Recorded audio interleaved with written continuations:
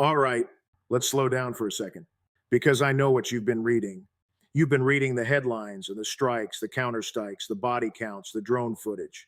You've been glued to maps trying to figure out where the front line is. And look, I get it. That stuff is dramatic. That stuff feels important. But today I want to talk about something that nobody is talking about, something hiding in plain sight behind all that noise.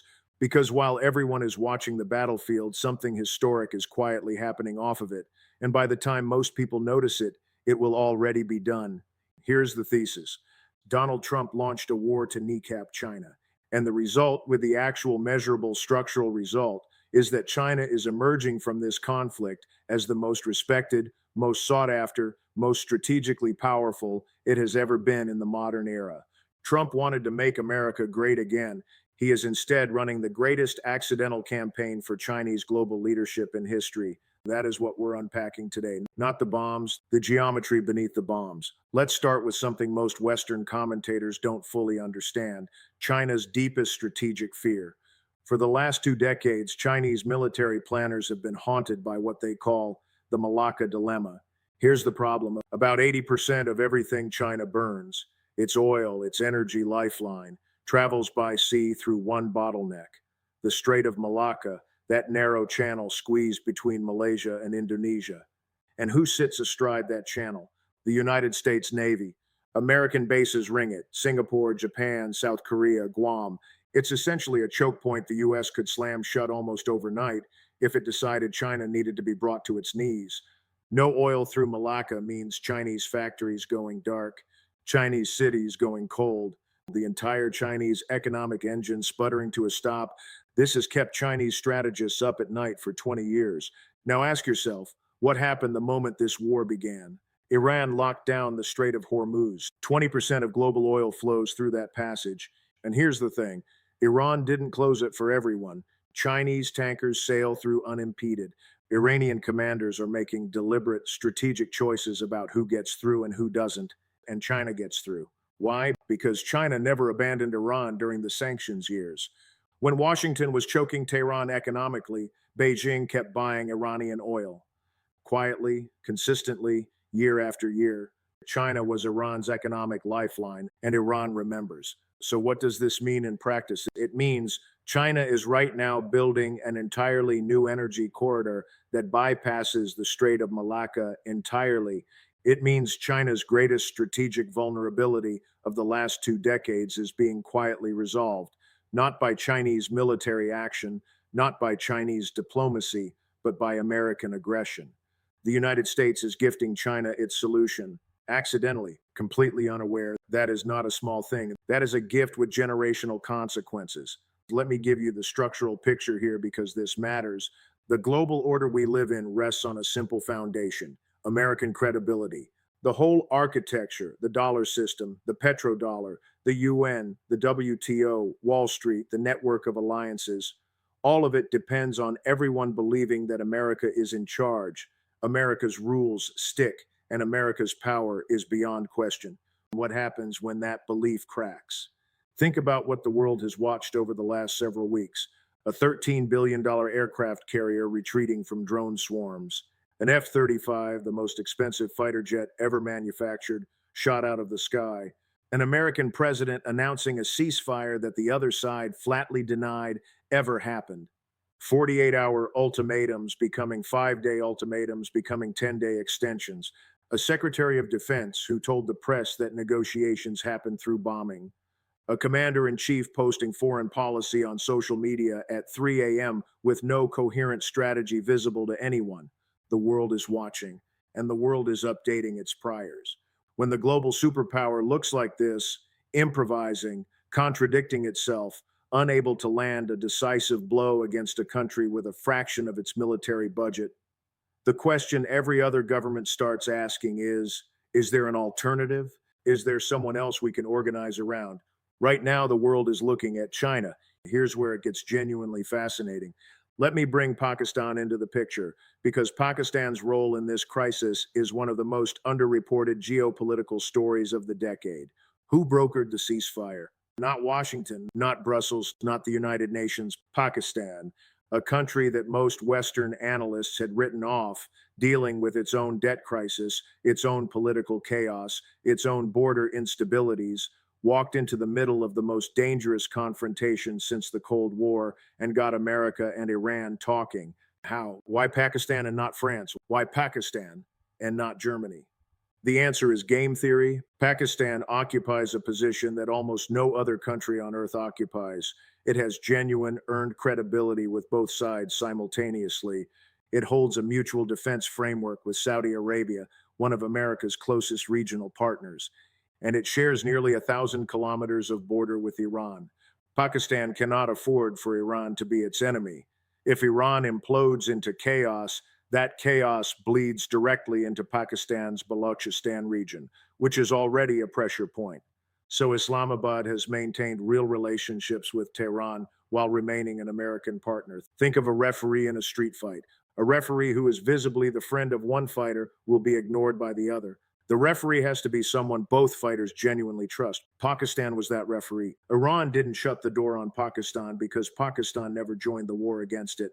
America didn't shut the door because Pakistan is a nuclear state of 250 million people on the doorstep of Iran. You cannot simply ignore that.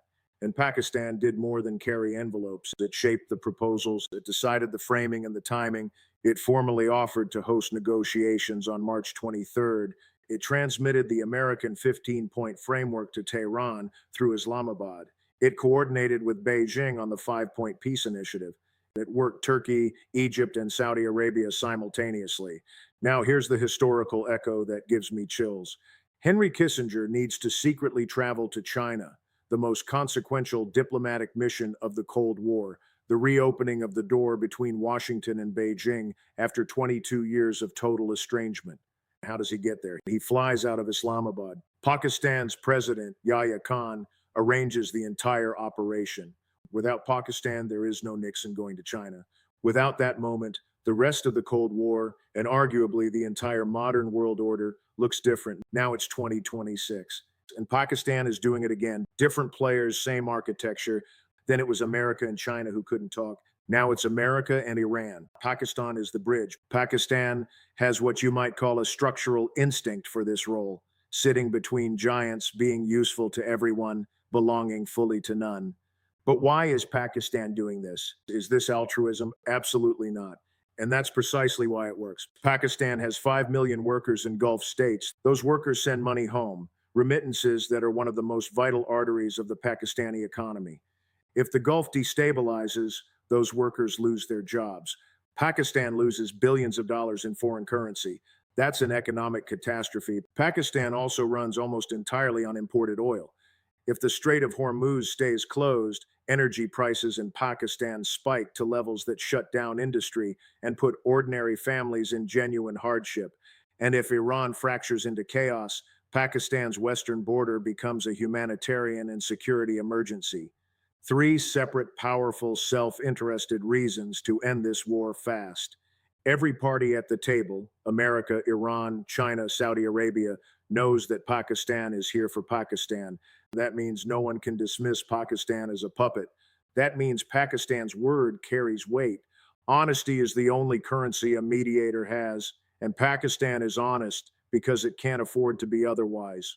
Now, let me come back to China, because China's play here is the most sophisticated of all. Officially, China is neutral. China has fired no shots, deployed no soldiers, taken no formal side, and yet China has emerged from this war stronger than it entered. Here's how. First, China has been quietly equipping Iran, not with weapons directly, not openly, but with dual-use technology, navigation systems, radar components, geospatial intelligence tools, satellite reconnaissance.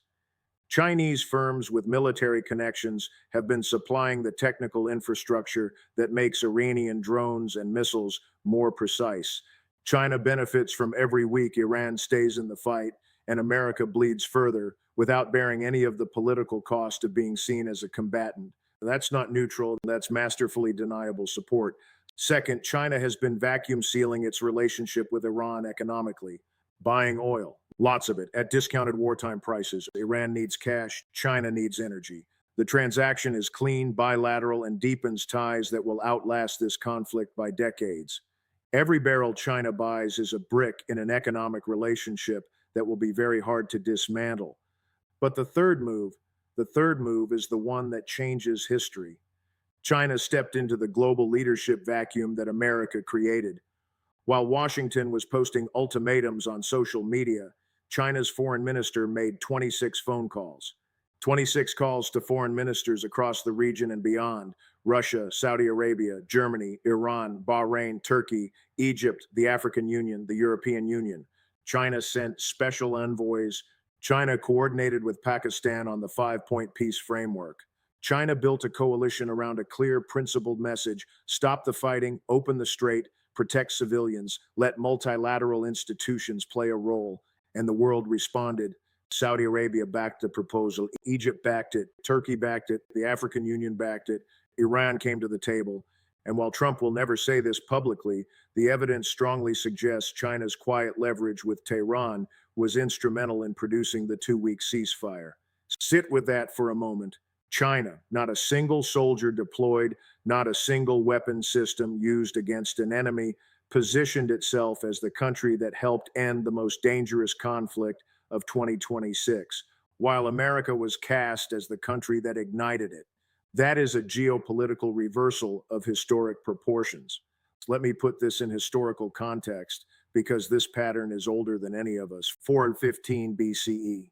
Athens, wealthy, dominant, the undisputed heavyweight of the Greek world, decides to launch a massive military expedition to conquer Sicily. The logic seems bulletproof. Sicily is rich. The campaign should be swift. The payoff enormous. The campaign is a catastrophe. Athens loses its fleet, loses its army, loses its finest generals. And while Athens hemorrhages blood and treasure in the Western Mediterranean, who quietly grows stronger? Sparta, Corinth. The rivals Athens had stopped paying attention to because it was too busy trying to expand.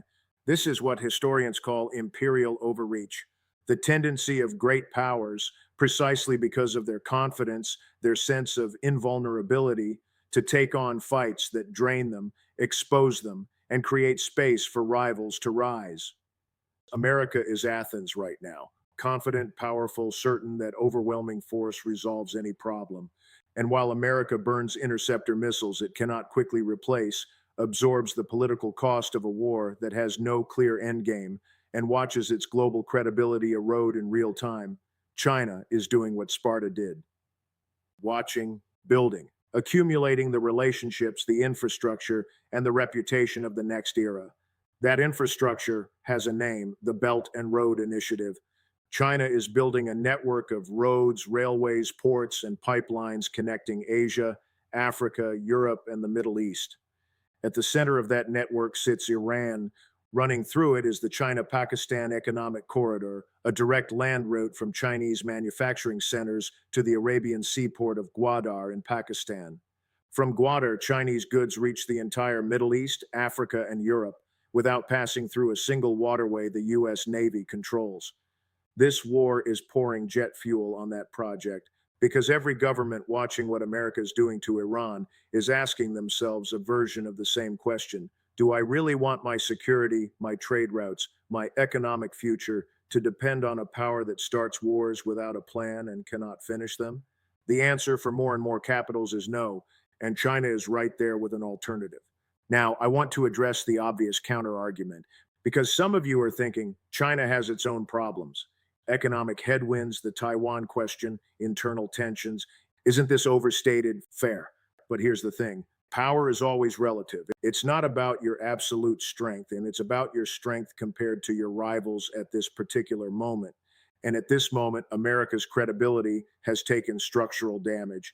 Its military has been revealed as less decisive than its price tag suggests. Its financial system is under oil price stress. Its political leadership is visibly chaotic. China, meanwhile, has spent nothing on this war, lost no one, gained Iranian oil, deepened its Pakistan relationship, demonstrated to the entire global south, to Africa, to Southeast Asia, to Latin America, that the alternative to the American-led order is real, functional, and not interested in bombing anyone into compliance. That's soft power.